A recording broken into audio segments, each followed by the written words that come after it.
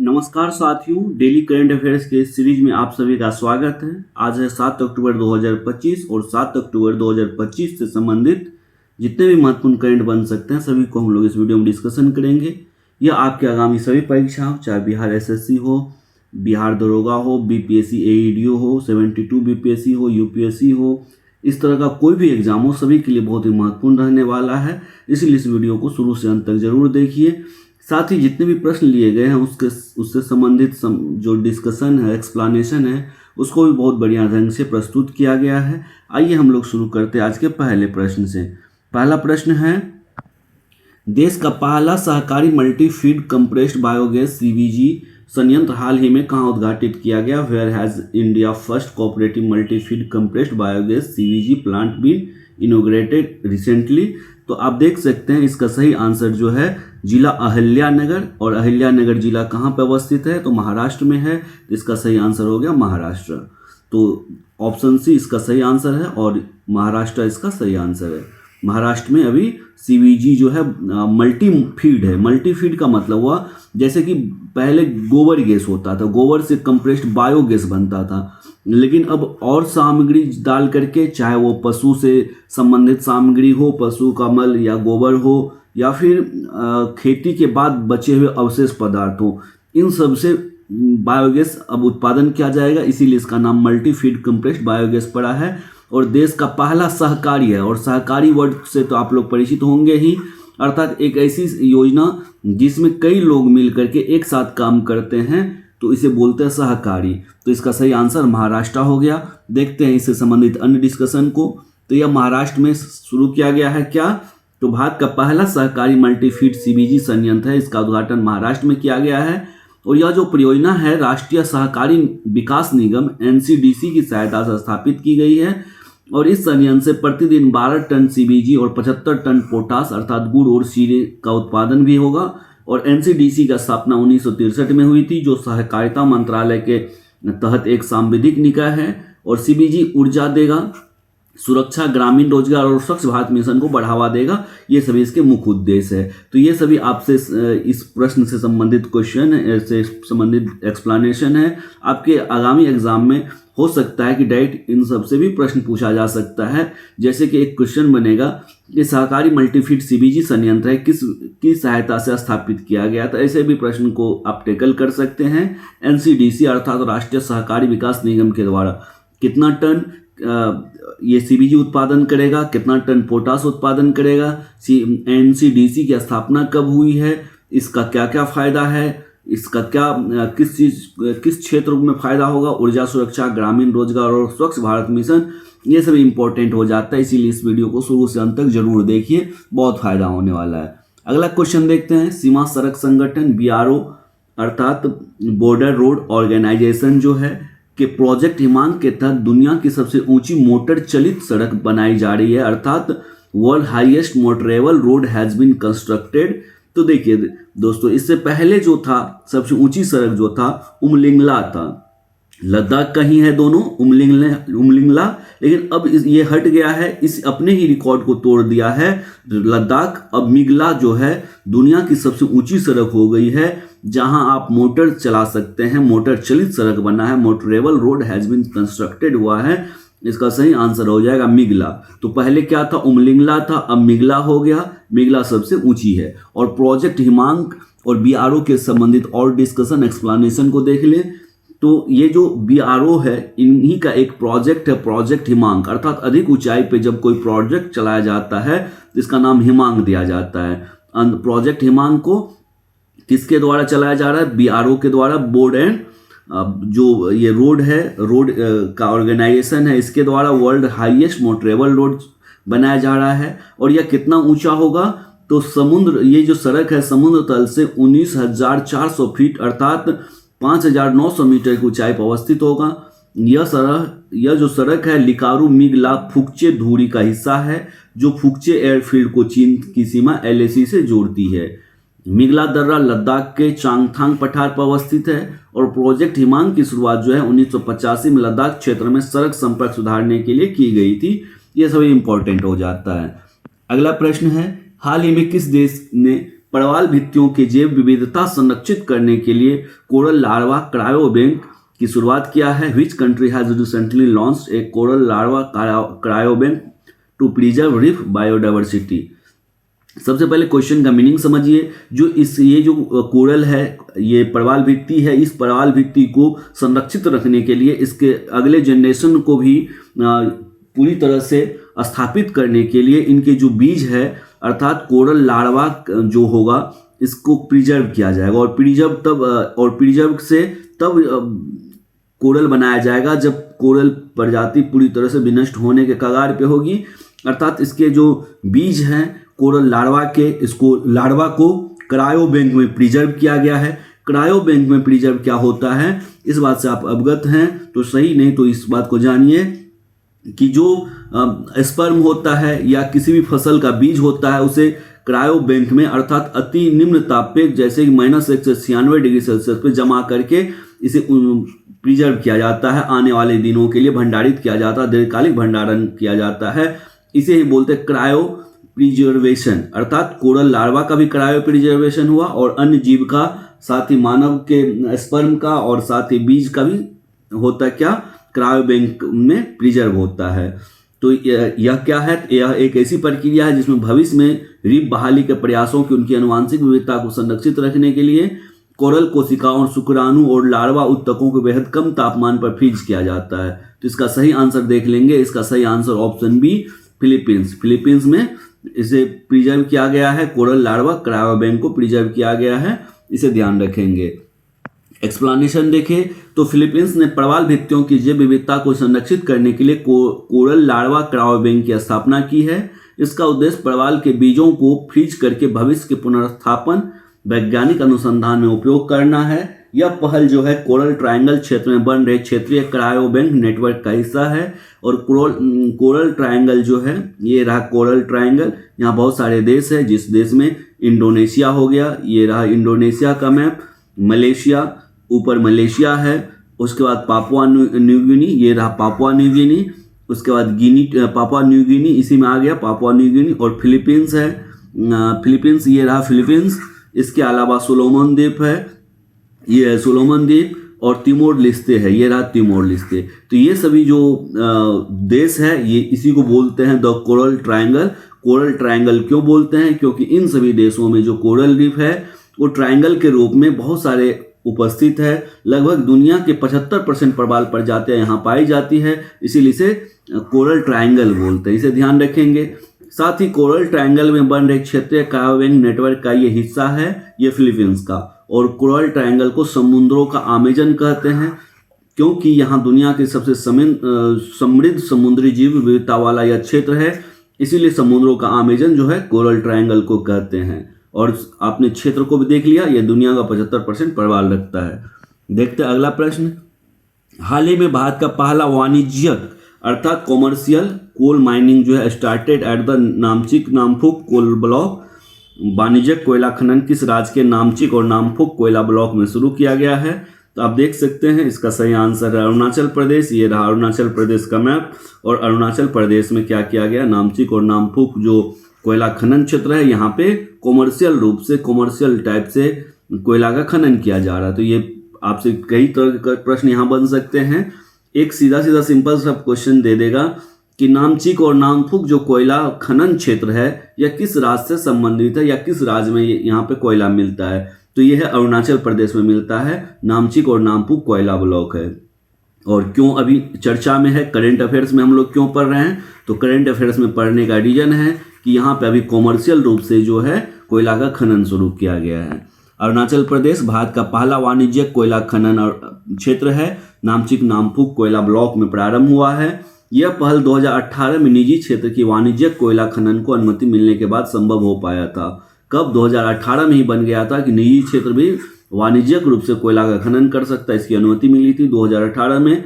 और इससे पहले निजी कंपनी को केवल कैप्टिव उपयोग के लिए ही कोयला खनन की अनुमति होती थी। और इस नीति से कोल इंडिया लिमिटेड के एकाधिकार का अंत हुआ। जो पहले कोल इंडिया लिमिटेड को एकाधिकार था कि कोयला खनन कर सकता है, अब उसका एकाधिकार अंत हुआ और कोयला क्षेत्र में प्रतिस्पर्धा और पारदर्शिता को बढ़ावा मिलेगा इससे। और वाणिज्यिक खनन का उद्देश्य है कोयले का बाजार आधारित मूल्य निर्धारित सुनिश्चित करना और आपूर्ति दक्षता को बढ़ाना। अगला प्रश्न देखते हैं, प्रधानमंत्री कौशल और रोजगार परिवर्तन योजना अर्थात पीएम सेतु देख सकते हैं। पीएम सेतु का फुल फॉर्म यहाँ पे भी देख सकते हैं, यदि यहाँ नहीं दिख रहा है तो प्रधानमंत्री, पीएम से प्रधानमंत्री, पहले एस से स्किलिंग, ई से एम्प्लॉयबिलिटी, फिर टी से ट्रांसफॉर्मेशन और थ्रू तो इसको सेंटेंस को पूरा करने के लिए आया, यू से अपग्रेडेड अर्थात आईटीआई को अपग्रेड करेगा। औद्योगिक प्रशिक्षण संस्थान जो हिंदी में होता है उसे अपग्रेड करने के लिए पीएम सेतु योजना आया है। तो जितने भी योजना से रिलेटेड प्रश्न होते हैं वे सभी परीक्षाओं के लिए इम्पोर्टेंट होते हैं। प्रधानमंत्री जी नरेंद्र मोदी का यह महत्वपूर्ण महत्वाकांक्षी परियोजना है और इस परियोजना का उद्देश्य क्या है ये पूछा जा रहा है आपसे। तो इसका उद्देश्य है भारत के 1000 सरकारी आईआईटी को आधुनिक और उद्योग संगत प्रशिक्षण संस्थानों में बदलना। अर्थात आधुनिक उद्योग में क्या क्या है, जिसमें एआई हो गया, रोबोटिक्स हो गया, इसके अलावा बहुत सारे जो अत्याधुनिक तकनीकी है, ये अत्याधुनिक तकनीकी अर्थात आधुनिक तकनीकी में प्रशिक्षण दिया जाएगा। और उद्योग संगत अर्थात उद्योग में जिस चीज़ की डिमांड है उससे वैसा ही प्रशिक्षण मिलेगा। इसीलिए एक योजना चलाया गया है जिस योजना का नाम है पीएम सेतु। पीएम सेतु का आपने फुल फॉर्म भी देख लिया, इसे हिंदी में देखना चाहते हैं तो प्रधानमंत्री कौशल और रोजगार परिवर्तन योजना इसका पूरा नाम है। पीएम सेतु का ये हिंदी में नाम है प्रधानमंत्री कौशल रोजगार और परिवर्तन योजना। और क्या था, 1000 सरकारी आईटीआई को आधुनिक उद्योग संगत और प्रशिक्षण संस्थान में बदलना है। ये इसका सही आंसर है, ऑप्शन बी। और साथ ही देखेंगे पीएम सेतु योजना का उद्देश्य जो है 1000 सरकारी आईआईटी ने आईटीआई को उद्योग उन्मुख आधुनिक प्रशिक्षण संस्थानों में बदलना है। और योजना में कुल कितने करोड़ रुपए का निवेश किया गया है, तो 60,000 करोड़ रुपए का निवेश किया गया है। यह hub and spoke model, hub and spoke model क्या होता है, तो जैसे एक है हब, ये हब है, आपने साइकिल देखा है, साइकिल में एक बीच में गोल फ्री व्हील लगा होता है और इसके चारों ओर अलग अलग स्पोक निकला होता है। अर्थात इस योजना का महत्व है कि एक जो होगा बहुत बड़े लेवल पे बड़ा जो क्षेत्र होगा, जो आईआईटी होगा, आईटीआई होगा, उसे बनाया जाएगा और बाद बाकी छोटे छोटे आईटीआई इस पर डिपेंडेंट होंगे, यहाँ से प्रशिक्षण प्राप्त करेंगे और यहाँ जा करके अपने विद्यार्थियों को प्रशिक्षण मिलेगा, साथ ही कैंपस सिलेक्शन होगा। तो एक बड़ा सा मॉडल होगा और उस पर जो डिपेंडेंट होगा और अब और सभी होगा। जैसे कि वर्तमान में भी यूनिवर्सिटी की व्यवस्था है, यूनिवर्सिटी बहुत सारे कॉलेजों का एक हेड होता है, ठीक उसी तरह से बहुत सारे आईटीआई का जो है हेड होगा जिसको बोलेंगे हब, और स्पोक क्या होगा, छोटे छोटे आईटीआई होंगे। तो यह हब एंड स्पोक मॉडल पर काम करेगा जिसमें 200 हब होंगे, 200 हब आईटीआई होंगे और 800 स्पोक आईटीआई शामिल होंगे। और हब आईटीआई में अत्याधुनिक इंफ्रास्ट्रक्चर, इनोवेशन, इनक्यूबेशन सेंटर, उत्पादन इकाइयाँ, प्रशिक्षक प्रशिक्षण, प्लेसमेंट सेवाएं ये सभी होंगी, ये ध्यान रखेंगे। और योजना जो है वैश्विक सहयोग से समर्थित है और विश्व बैंक और एशियन डेवलपमेंट बैंक इसमें शामिल है। ये भी प्रश्न बहुत इंपॉर्टेंट हो जाता है और एशियन बैंक और विश्व बैंक इसमें शामिल है। और पहले चरण में कहाँ कहाँ होगा, तो बिहार के 2 आईटीआई, इसीलिए और ज़्यादा इंपॉर्टेंट हो जाता है, पहला पटना और दूसरा जो है दरभंगा आईटीआई पर ध्यान केंद्रित किया गया है, बहुत इंपॉर्टेंट है, इसे ध्यान रखेंगे। अगला प्रश्न देखिए, अगला प्रश्न कहता है भारतीय तटरक्षक बल ने national level pollution response exercise अर्थात नेट पॉलरेक्स का कौन सा संस्करण शुरू किया गया है। तो आप देख सकते हैं, यहाँ से भी अनुमान लगा सकते हैं नेट पॉलरेक्स का कौन है, 10वां मिशन है ऑफ चेन्नई कोस्ट। कहाँ पे शुरू किया गया, इसे याद रखेंगे, चेन्नई बंदरगाह, चेन्नई कोस्ट पर समुद्र तट पे इसे शुरू किया गया है। और कौन सा संस्करण है, तो 10वां, ऑप्शन सी इसका सही आंसर है, 10वां संस्करण है। आइए देखते हैं, जहां तक बात करें इसका जो फुल फॉर्म है नेट पॉलरेक्स का, नेशनल लेवल पॉल्यूशन, ये पॉल्यूशन हो गया, और पॉल्यूशन रिस्पांस एक्सरसाइज, EX से एक्सरसाइज हो गया, R से रिस्पांस हो गया, ये हो गया national level pollution response exercise. इसके हिंदी मीनिंग से पता चल गया ये किसके लिए है। तो ये देखिए नेट पॉलरेक्स एक्स जो है भारतीय तटरक्षक बल के द्वारा, किनके द्वारा भी, तो याद रखेंगे कोस्ट गार्ड के द्वारा, इंडियन कोस्ट गार्ड के द्वारा आयोजित किया गया। यह 10वां संस्करण है। यह जो एक्सरसाइज है हर 2 वर्ष में आयोजित किया जाता है। उद्देश्य बहुत इंपॉर्टेंट है, भारत की राष्ट्रीय तैयारियों का मूल्यांकन करना, और जो अब समुद्र में तेल रिसाव हो जाता है, ऐसी स्थिति आए तो प्रभावी कार्रवाई क्षमता बढ़ाने के लिए यह एक्सरसाइज किया गया ताकि पॉल्यूशन को कम किया जा सके। इसमें विभिन्न तटरक्षक इकाइयों और संबंधित एजेंसियों की भागीदारी होती है, ये इंपॉर्टेंट हो जाता है। बात करें अगला प्रश्न, तो भारत के पश्चिम तट पे भारतीय नौसेना और यूनाइटेड किंगडम की रॉयल नेवी के बीच द्विपक्षीय सैन्य अभ्यास की शुरुआत हुई है। तो इस द्विपक्षीय सैन्य अभ्यास का नाम क्या है? और साथ में ध्यान रखेंगे नौसेना का, और यूके और इंडिया का जब भी बात आए तो आप यहां भी देख सकते हैं एक्सरसाइज कोंकण 25 दिख रहा होगा। एक्सरसाइज कोंकण 25 जो है इसका सही आंसर है कोंकण 25, जो किसके बीच? भारतीय नौसेना और यूनाइटेड किंगडम की रॉयल नेवी के बीच। रॉयल नेवी कहाँ की नौसेना है? तो यूनाइटेड किंगडम की है। तो कोंकण 25 भारत और यूनाइटेड किंगडम के बीच संयुक्त सैन्य अभ्यास हुआ है। इसमें यूनाइटेड किंगडम का कैरियर स्ट्राइकर ग्रुप जो है HMS प्रिंस ऑफ वेल्स शामिल हुआ, और भारत की ओर से इसमें जो है एयरक्राफ्ट कैरियर INS विक्रांत शामिल हुआ। यह अभ्यास पश्चिमी तट पर आयोजित किया गया और उद्देश्य है कि नौसेनाओं के बीच सामुद्री और सामरिक सहयोग और युद्ध कौशल को बढ़ावा देना, ये इसका मुख्य उद्देश्य है। अगला प्रश्न बात करें तो हाल ही में INS सह्याद्री ने किस देश के केमानन बंदरगाह का दौरा किया? तो इसका सही आंसर हो गया मलेशिया के केमानन बंदरगाह का दौरा किया है INS सह्याद्री। ये इंपॉर्टेंट हो जाता है, ये INS सह्याद्री है और मलेशिया के केमानन बंदरगाह का दौरा किया है। और यह दौरा किस लिए किया गया है? कि समुद्री सहयोग को बढ़ावा देने के लिए। INS सह्याद्री ने हाल ही में मलेशिया के केमानन बंदरगाह का दौरा किया, और यह भारतीय नौसेना का शिवालिक श्रेणी की गाइडेड मिसाइल एस्ट्रिल फ्रिगेट है। इस दौरे का उद्देश्य भारत और मलेशिया के बीच सामरिक और नौसैनिक सहयोग को सुदृढ़ करना है। और INS सह्याद्री जो है भारतीय नौसेना के पूर्वी बेड़े का हिस्सा है जो विशाखापत्तनम में अवस्थित है। यह जहाज ब्रह्मोस और बराक मिसाइल से सुसज्जित और बहुउद्देशीय हेलीकॉप्टर ले जाने में सक्षम है, इसे भी ध्यान रखेंगे। अगला क्वेश्चन है, हाल ही में जेम्स वेब स्पेस टेलीस्कोप ने ब्राउन ड्वार्फ क्या होता है? तो बोना तारा। तो ब्राउन ड्वार्फ वुल्फ 1130C के वायुमंडल में कौन सा रासायनिक यौगिक खोजा है? तो जो बोने ग्रह होते हैं, जो ग्रह से छोटे होते हैं, जो बोने होते हैं, क्या होते हैं? तो वे खगोलीय पिंड होते हैं जो सूर्य की परिक्रमा तो करते हैं लेकिन गोल आकार में भी होते हैं, लेकिन अपने कक्षीय पथ को पूरी तरह से नहीं, एक ही कक्ष पे और एक ही जो सर्कुलर कक्ष होना चाहिए उस कक्ष पे ना गति करके इसे अलग कक्ष पे गति करते हैं, अर्थात साफ नहीं करते हैं और चंद्रमा नहीं होते हैं। ऐसे ही ग्रह को बोलते हैं ड्वार्फ अर्थात बोना ग्रह। और बोने ग्रह पे और खास करके उस बोने ग्रह का नाम है ब्राउन ड्वार्फ वुल्फ 1130C। वहाँ के जो वायुमंडल है कौन सा रासायनिक यौगिक खोजा है जेम्स वेब टेलीस्कोप ने? तो इसका सही आंसर हो जाएगा फास्फीन खोजा गया है। देखिए ये रहा ब्राउन ड्वार्फ, ये है ब्राउन ड्वार्फ वुल्फ, ठीक है। 1130C है, इसके वायुमंडल में खोजा गया, किसके द्वारा ये भी याद रखेंगे, तो JWST अर्थात जेम्स वेब स्पेस टेलीस्कोप के द्वारा खोजा गया। फास्फीन pH3 की उपस्थिति दर्ज की गई है।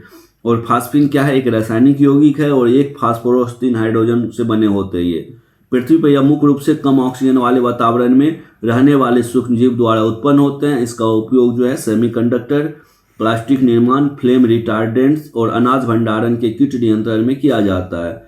यह रंगहीन, विषैला और ज्वलनशील गैस है। गंध कैसी होती है? तो लहसुन जैसी होती है।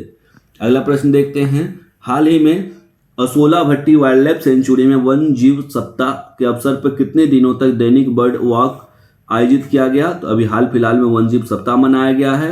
यहाँ पे 6 दिनों तक जो है दैनिक बर्ड वॉक आयोजित किया गया है, अर्थात पक्षी की तरह वॉक करना ये यहाँ पे किया गया है। पक्षी को सुरक्षित रखने के लिए, पक्षी के लाइफ को बढ़ाने के लिए, पक्षी को कम नुकसान पहुंचाने के लिए। आप देख सकते हैं। अब इससे भी इम्पोर्टेंट क्वेश्चन ये हो जाता है कि ओसाला भट्टी वाइल्ड लाइफ सेंचुरी कहाँ अवस्थित है? तो इसका सही आंसर है दिल्ली में अवस्थित है। आप यहाँ देख सकते हैं दिल्ली, तुगलकाबाद, न्यू दिल्ली में ये अवस्थित है। बात करें ओसाला भट्टी का, तो दिल्ली के वन एवं वन्यजीव विभाग ने वन्यजीव सप्ताह के अवसर पर ओसाला भट्टी सेंचुरी में 6 दिन तक दैनिक बर्ड वॉक श्रृंखला आयोजित किया है। इस पहल का उद्देश्य पक्षियों और जैव विविधता के संरक्षण के प्रति जन जागरूकता को बढ़ाना था। और ओशाला भट्टी वाइल्ड लाइफ सेंचुरी अरावली पर्वत श्रृंखला पर अवस्थित है, जो अरावली पर्वत श्रृंखला का जो भाग है दिल्ली तक आता है और दिल्ली हरियाणा सीमांत तक यह फैला हुआ है। और यहाँ लगभग 200 से अधिक पक्षी प्रजातियां पाई जाती है और जिनमें से प्रवासी पक्षी भी होते हैं। और यह क्षेत्र जो है north Aravalli leopard wildlife corridor का हिस्सा है। तो दोस्तों इस तरह से हम लोगों ने बहुत महत्वपूर्ण 10 करंट अफेयर्स का जो MCQ हो सकता था इन सभी को देखा है।